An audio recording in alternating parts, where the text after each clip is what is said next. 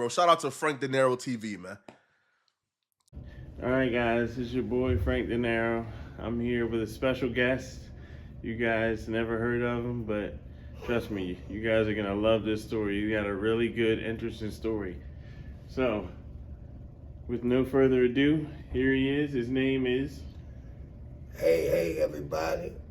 It's your good man, Michael Slide. That's my name, Michael Slide. Also known as Uncle Greaso in this Maryland system out here. Penal system at that. I ain't gonna lie, man. I've been wanting to do this for a minute because my goal with this is I want the youngsters to really hear me when I speak about this, man. This shit is not a game. It's not a game, man. Okay, so let's start off. So where'd you grow up? I was born and raised in Washington, D.C. You understand me? The Northeast side. If you guys from D.C., you know about Riots over there, Northeast off Benning Road. That's my stomping ground. Unfortunately, I failed at a young age. Failed meaning I went to prison. I went to prison at the age of 17 and was sentenced to 50 years out here in this Maryland system. Okay, so you're saying you grew up in Washington? I grew up in Washington. And then that's where you caught the charge? No, I caught my charge in Prince George's County. Okay, so when did you move to Maryland? I didn't move. Anybody from D.C. knows that you can come outside your house and walk up the street and can be in Maryland because PG County surrounds us. Okay, so it's so close. PG County, Montgomery County, stuff like that, all that surrounds D.C. And, you know, I was driving, so I'm back and forth throughout Maryland all day, every day. So it's nothing to go, you know, be in Maryland in less than 10 minutes from where I live at, you know what I'm saying? So that's just how that go. I had to explain that to a lot of guys from out of Baltimore or somewhere else because they didn't understand if I'm from D.C. what I'm doing out here. Mm-hmm. See, they didn't understand that, you know, Maryland surrounds D.C., so I can be just like Baltimore and Baltimore County. You can be living in the city and walk up the street somewhere and be in the county. Yeah. Same thing in D.C. You can be living in D.C. and walk up the street and be in Prince George's. Okay. So that's how that goes. Oh, okay. Yeah. All right. So when you officially caught your charge, you said you were 17, right? I was 17. So what were you charged with? Second degree murder. Well, actually it was first degree, but they found me guilty for second degree. Did you take a plea or? No, I was found guilty.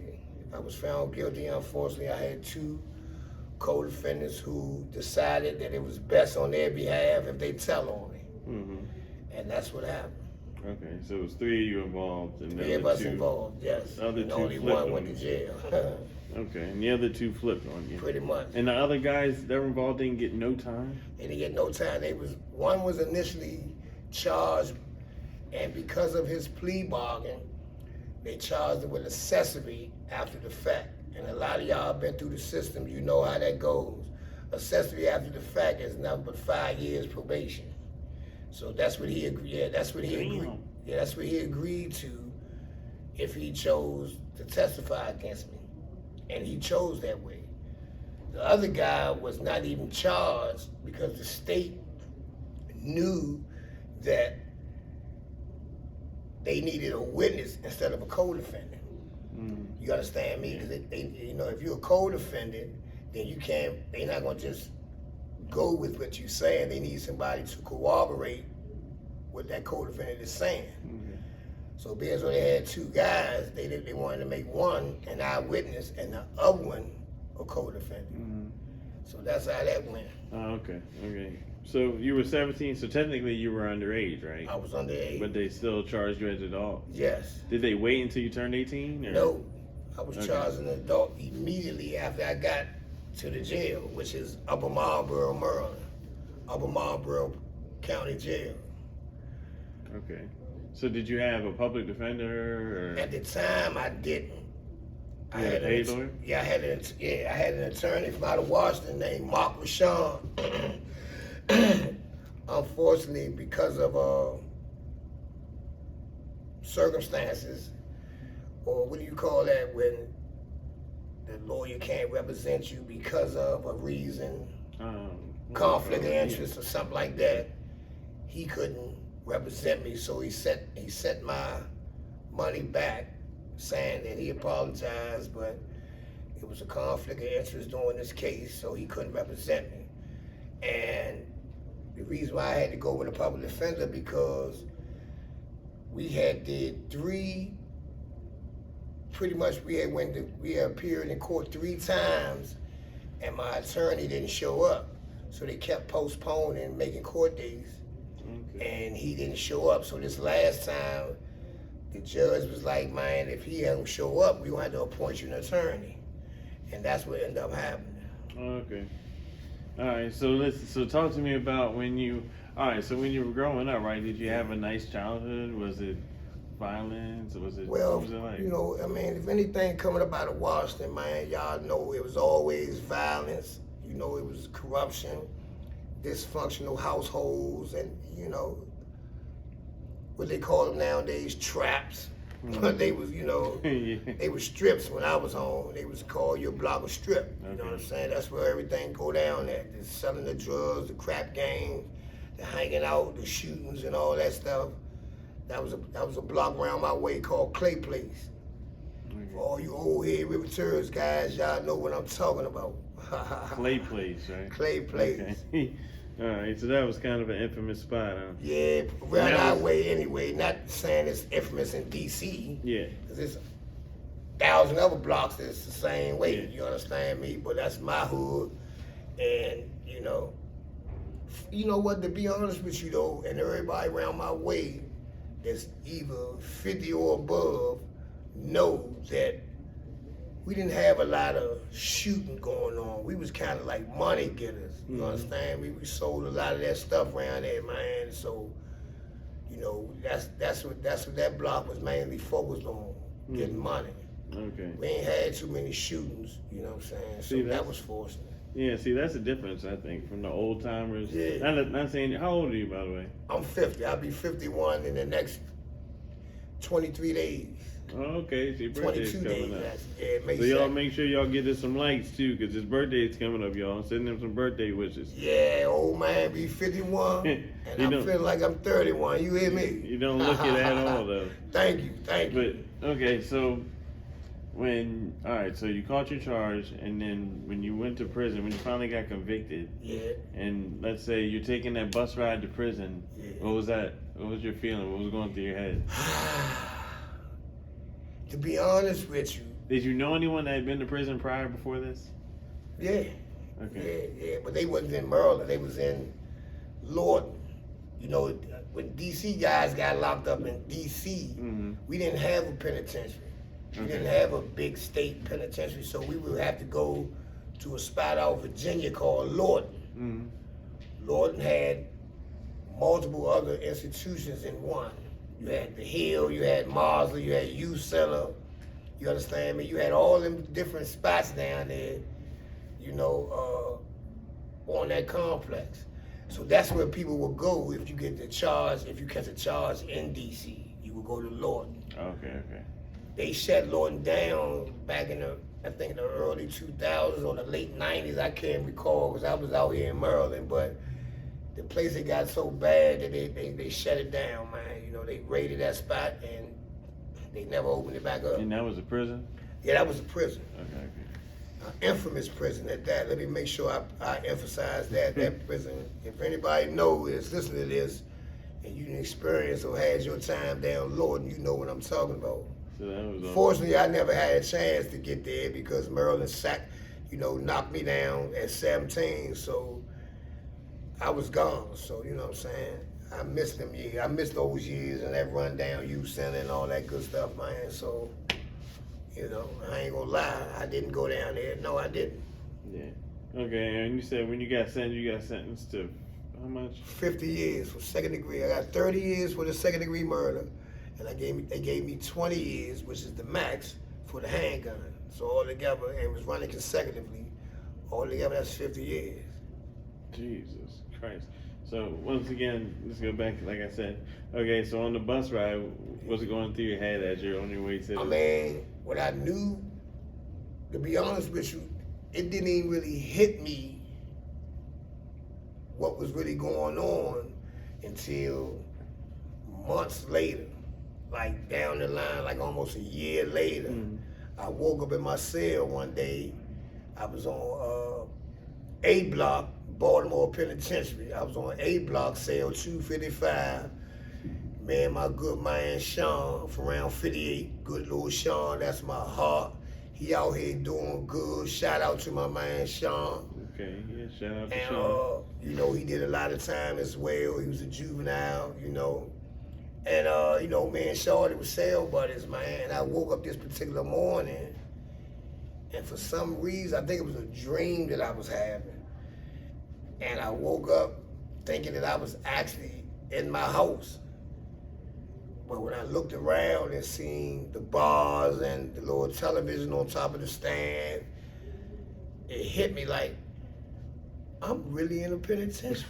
That's what I said to myself. I sat up in the bed, pulled out my Newport and smoked me a Newport and sat there and said, I'm really in the goddamn penitentiary, man. What the hell happened? My birthday just passed. My birthday was in May. May what? May the 2nd. Mine is May 26th. That's why. Yeah, I'm a Taurus, man. I'm a Taurus, I'm a man. Gemini. For all the Tauruses out there, big shout outs. You understand me? And yeah, that day I woke up, that's when it really hit me, man. And a lot of my decision making behind that was from me realizing that Merlin tried to take my life away from me just now by giving me a 50-year sentence at 17 years old. First adult charge, all of that. Okay, but look. Don't get me wrong, I done came through the juvenile system in the city. Oak Hill, Seton Hall, Receive Home, for all you good people that experience that, you know what I'm talking about.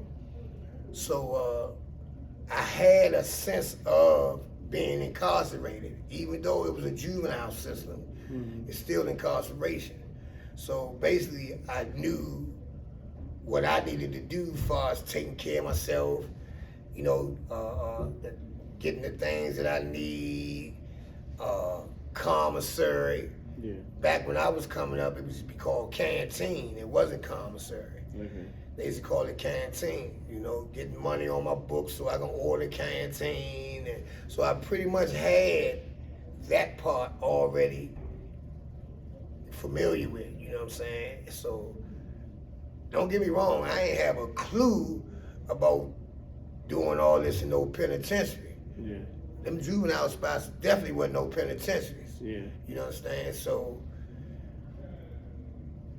that wasn't so much of a problem because the fact remains that I was a young man, first of all, and I knew the laws of respecting other people, stay to yourself, you understand me? Don't do no stealing. If I'm gonna take something, yeah, I'm gonna come up on you with that knife and I'm gonna tell you kick it out. All that sneaking in your cell, trying to steal your shit, that was a no-no. I don't care where you from. You do that, your ass up out of here. Okay, so someone already put you down with all the prison rules and stuff. No, that was already established from the juvenile system. Oh, okay, you learned that in juvenile before you went to Yeah, prison. before. Okay, So that's why I okay. said I had So you some already things hip. already familiar. Okay. So when I got there, you know, that part of bitten I already had. I knew what to do and what not to do. But to be honest with you, from the first moment I walked through those grounds of that penitentiary and them buildings, man, I knew that I had to get a knife to protect myself. The way that penitentiary was moving and how things was, I was scared to death. I ain't gonna lie, I was scared to And death. you were still 17? And I was still 17 before before the month of May came. Yeah. This was February when I got convicted and went there.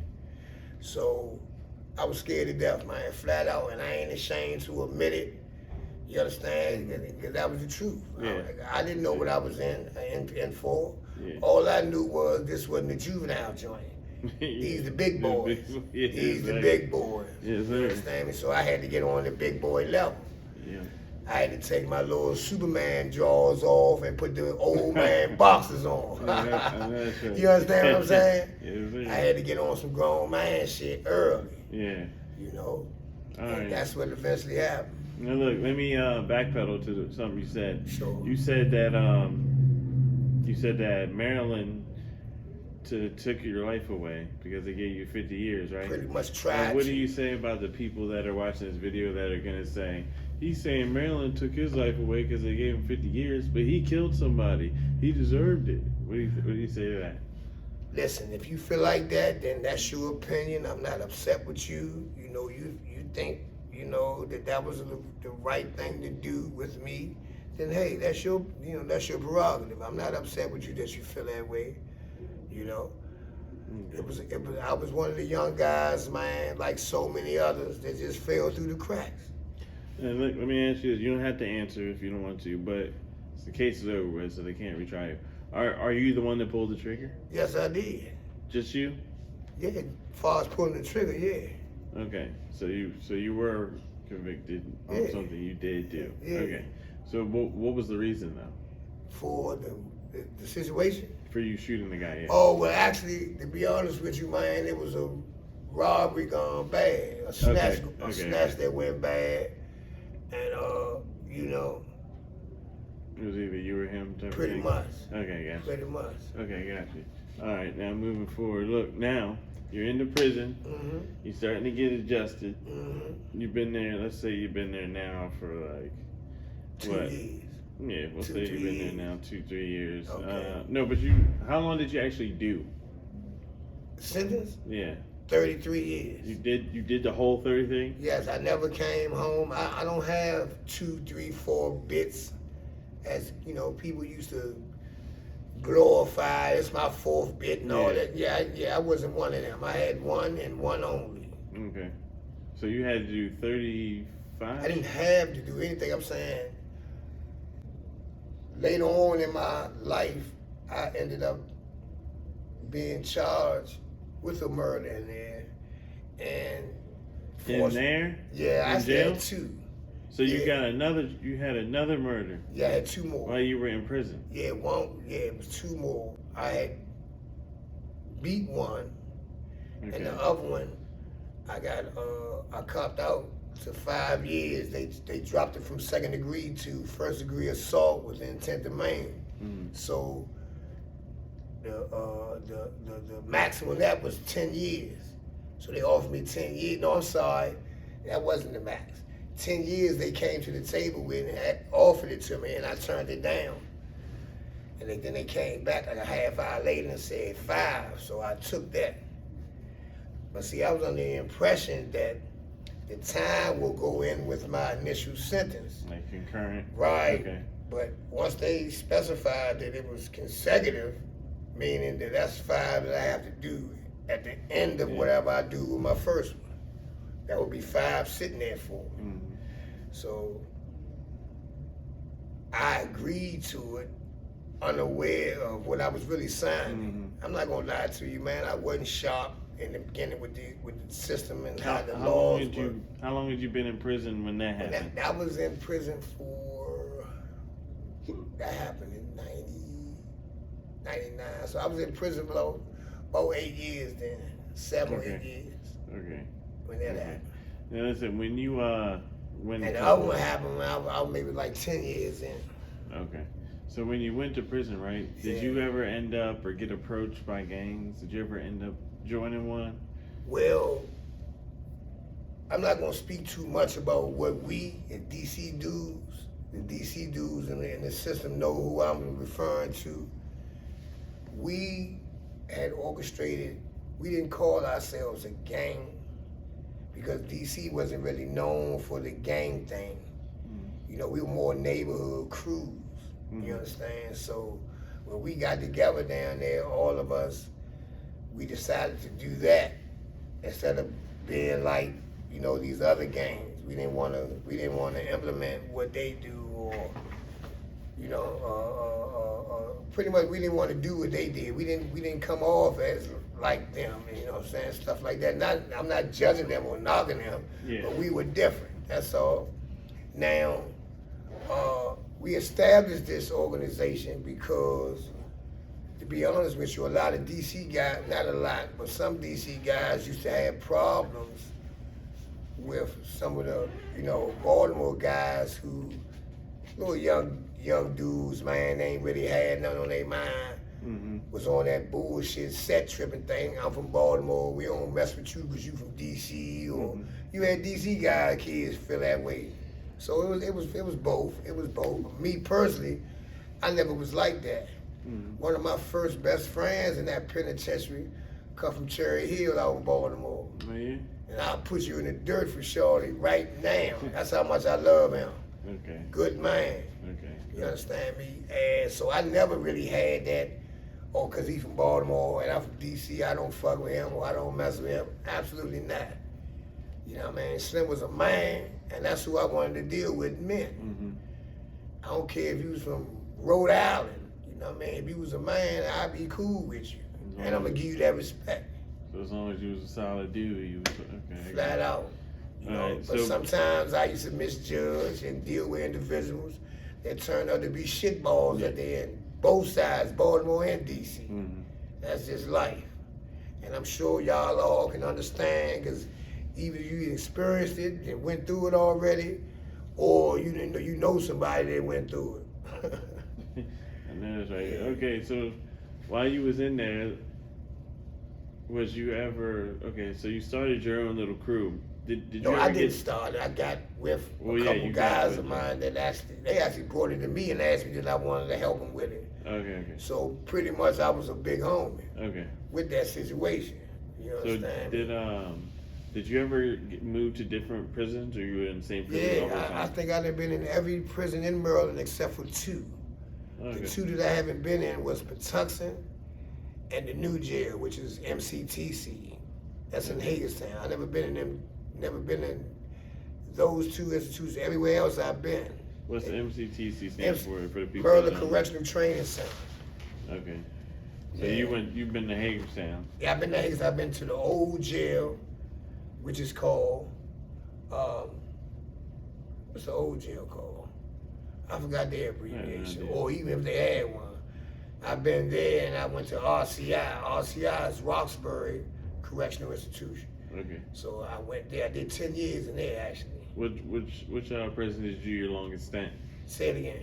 Which prison did you do your longest? Oh, it's between Roxbury and Jessup. I was in the Jessup institution too. Back then it was called the Annex. Jessup Annex. I heard that. That was back then in those days. It was a conjunction towards it's called the Maryland Correctional Institution, which was the Cut. They called it the Cut. You know, I mean, they had their stories of why they called it the Cut. I ain't even speak about it because it didn't really matter to me. And then you had, I don't know which one is which. You had so many different reasons why they called it Cut. I stopped asking about it. You know, just like any other penitentiary, man, you know, they was stabbing and cutting shit, so I guess that's why, I don't know. But yeah, man, I left it alone because I got so many different types of answers or, you know, definitions to the saying, the cut. So I say, well, fuck it don't matter. I'm in here. Okay, so when you went to the different jails, when you were at what was the last one you were in when you got released? Before I came home? Yeah. ECI. And you were there for That's how down long? there in the Eastern Shore area. It's a prison down there in the Eastern Shore area, Maryland. Okay. How long were you there? 3 years.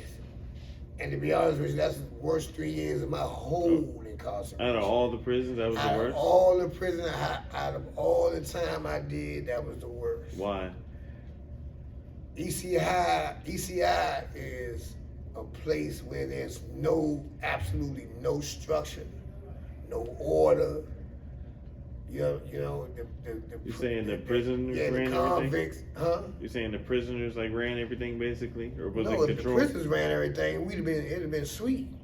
Of course, the prisoners don't run nothing down ECI. The police do. And see, I come from an era where I wouldn't say we ran it, but the correctional officers pretty much let us do us. You know what I mean? As long as we doing what we supposed to do, they sit out the way. So we had the so-called freedom to move about, when we needed to. But of course, as time went on and the system started getting fucked up, all that changed, and this new crowd allowed the police, the correctional officers, or the administration to take back over and start running things the way they want to run things. So when you say there was no structure, what do you mean? See, I come up during a time when it was order. You understand me? It was rules and laws that we had to follow despite the prison rules and laws. We had our own. Okay. And if you living in there, you had to go by, because that's the everyday thing. Say for an example, let's say the administration is doing something foul or wrong towards us, or we didn't like it, or we feel as though it was so unnecessary, or we don't think it's fair. So what we'll do, we don't get all indignant and raise hell fires, fighting and carrying on. We shut down. You don't come out. We don't go to work. We don't come out. We don't do none of that. We make them do everything. And they don't like that. So that hurts them worse by us doing that way. So you're basically going on strike. Yeah, yeah, pretty much. Now when you do that, and like right before that happens, you have a couple good men who will walk around with trash bags of cup of noodles and oodles of noodles, and will ask you, do you have anything to eat in there? Because we're not going to dinner tonight. We staying there, we shutting it down. And they will give you noodles. Anybody who needed them. They might have 1,000 cup of noodles and 1,000 oodles and regular noodles. And they will make sure you had something to eat that night. Because the majority of the time, it won't last nothing but a day. Because the administration not trying to have us locked down like that, because we do the work in the penitentiary. Exactly.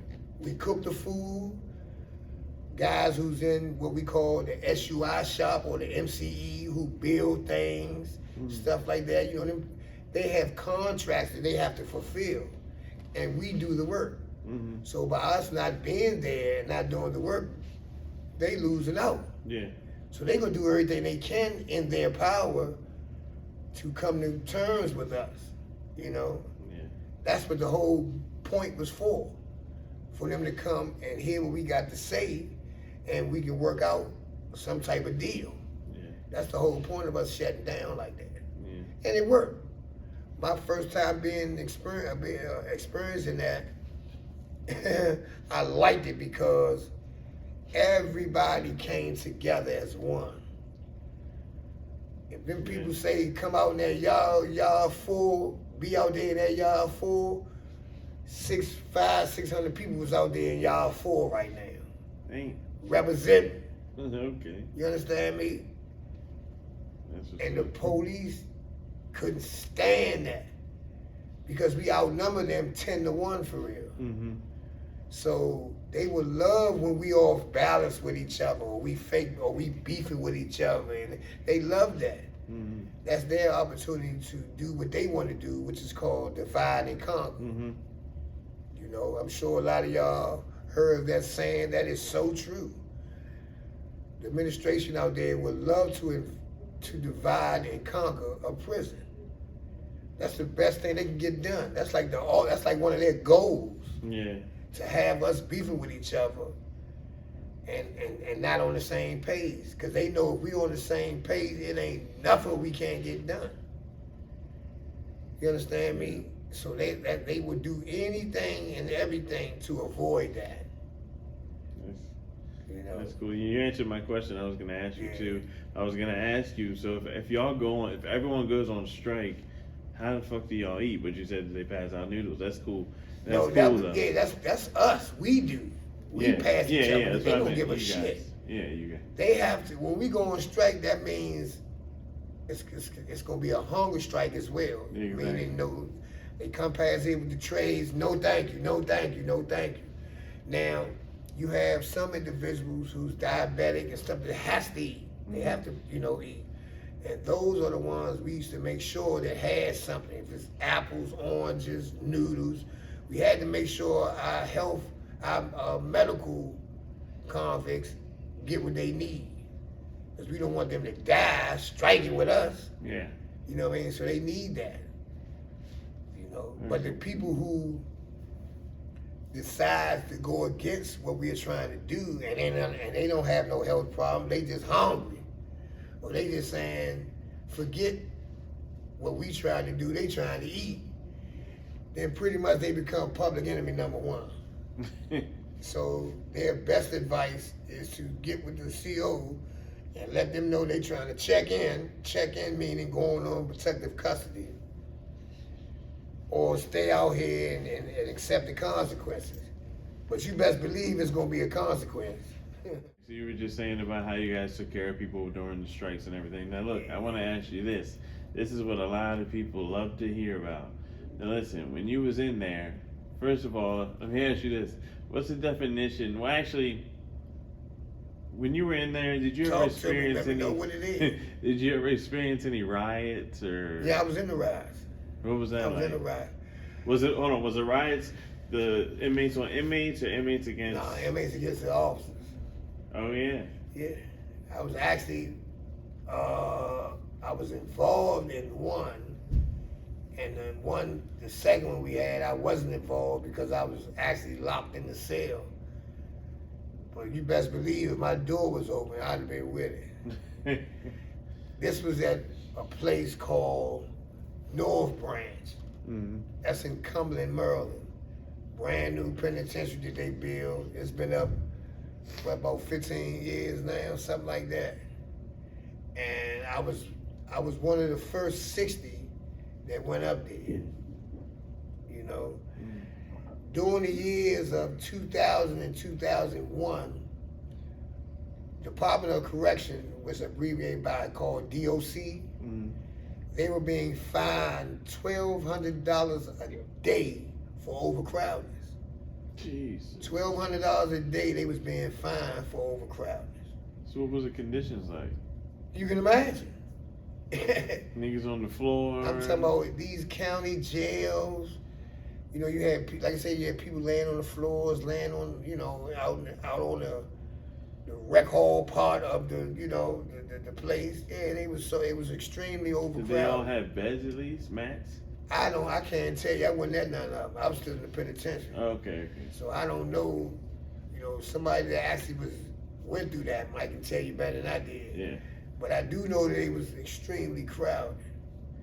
Jeez. So what the regional commissioner did, he had this emergency meeting with the warden in Jessup. The warden at the time, his name was Warden Pergeese. They had a meeting with him, with other staff members, and told him, listen, by this particular time, I want you to send 60 inmates from out of this institution, which was Jessup Annex, but it was called JCI at the time, Jessup Correctional Institution. They changed that, you know, later on in the years. But he told him he wants 60 individuals, 60 convicts from out of here, and he want them moved up in the new North Branch spot that just opened. He said, now, I don't want none of your so-called fuck-ups, guys that stay in trouble. He don't want nobody off lockup. You know what I'm saying? He want individuals who's pretty much programming and, you know, doing the right thing. Nobody that would really give them trouble. That makes sense. So of course the warden agreed to the chief commissioner or whatever, but that's not what he did. He went on, and when it was time for him to get guys out of the way, he took 30 guys who's considered good guys, or not no problem guys, sent 30 of them, and the other 30 was his hardheads, guys that was either considered an influential inmate, you know, guy who had pretty much say so over a lot of stuff. Sent 30 of us up there with the good guys. You know, when I got on the Bluebird is called the Bluebird because it's a big school bus type of bus, Mm. and it's just blue. It's a prison transportation bus. Yeah, okay, I heard that. So that's real. We always called it the Bluebird. Okay. So when I got on the Bluebird, I expected to see, all the guys that I know that's, fucked up, hard-headed dudes, stay in trouble. But I didn't see them. I seen the Reverend. I seen this old man that ain't had a ticket since '71. Mm-hmm. So I'm like, what the hell they doing? Because I already knew and thought that this was a disciplinary type move. I already knew that. They made that arrangement and they sent 30 good people and 30 bad people or whatever. You were one of the people that they sent. Yeah, definitely they wanted to get me out of there. Okay, and then when you got there, you thought it was going to be some of your homeboys, but it turns out it was, what was it like when you got there? When I got on the bus? When you got to the facility? When I got to the facility, everybody that was there, that was going with me, was on the bus with me. Hmm. There was nobody already there. Oh, okay, y'all was fresh, new. Okay. Well, actually there was, but they didn't belong there. They were individuals who worked in the kitchen, but they really was housed in the prison next to North Branch called WCI, Western Correctional Institution. Yeah. They were inmates in that jail and that prison, but they came on this side to work. You know what I mean? To do jobs, so they kept them over there. You know what I mean? Instead of having them keep going back and forth. Yeah. So they put them on a tier. It was number like 20 of them, but they put them on a tier in North Branch because it was more convenient for them when they, being over there like that. Yeah. But of course, when this 60 got there, they moved him back to WCI and we moved in. Okay. And look, now since you're somewhat of an older gentleman, what was it like when you were in prison with the blacks and whites mingling? Was that okay? I mean, yeah, it was always okay. I mean, you had too many racism stuff going on there. I mean, you had your racist people, but they didn't really act out on shit. You know what I'm saying? You just know not to fuck with him because he racist. He don't like this or he don't like that. And that's both sides, black and white. Okay. So yeah, you had that. But could you guys sit together at lunch? There was no problem with that? Yeah. Okay. I mean, majority of the time, people sat with who they were comfortable with. If you had a white guy, then he's not gonna just come sit over at the table with 4 other black men unless he's comfortable with them and he knows them or he doing some business with them. That's what that looks like. Okay. Other than that, it's a table over here with the other 4 white guys that he gonna go over there with. That's pretty much his walk buddies and who he deal with. Okay. Yeah. So when you were there, right? I'm guessing this is, I don't know exactly what year it started, but is this when you were in Maryland, right? So BGF was big, right? Back then? Is that when BGF kind of started? Well, BGF been started. So it was there when you first went? They were. Yeah. Did they ever try to recruit you or anything? Nah. Never? No. I'm glad they didn't, and no disrespect to them, but no, because. So you were a civilian the whole time? No, until we started our little DC thing. Okay. But I was a civilian until then. Alright, so that's the end of the video, part 1 with Sly. Now I need you guys to please subscribe, like, comment, and share this on all platforms. And listen, if we can get this video to 100 likes, I'm going to share my story of incarceration. Yes, unfortunately, I've been incarcerated. Alright, guys, so I need you guys to please hit that like button and share this and comment down below what you liked. Alright, it's your boy Frank De Niro, and I'm gone.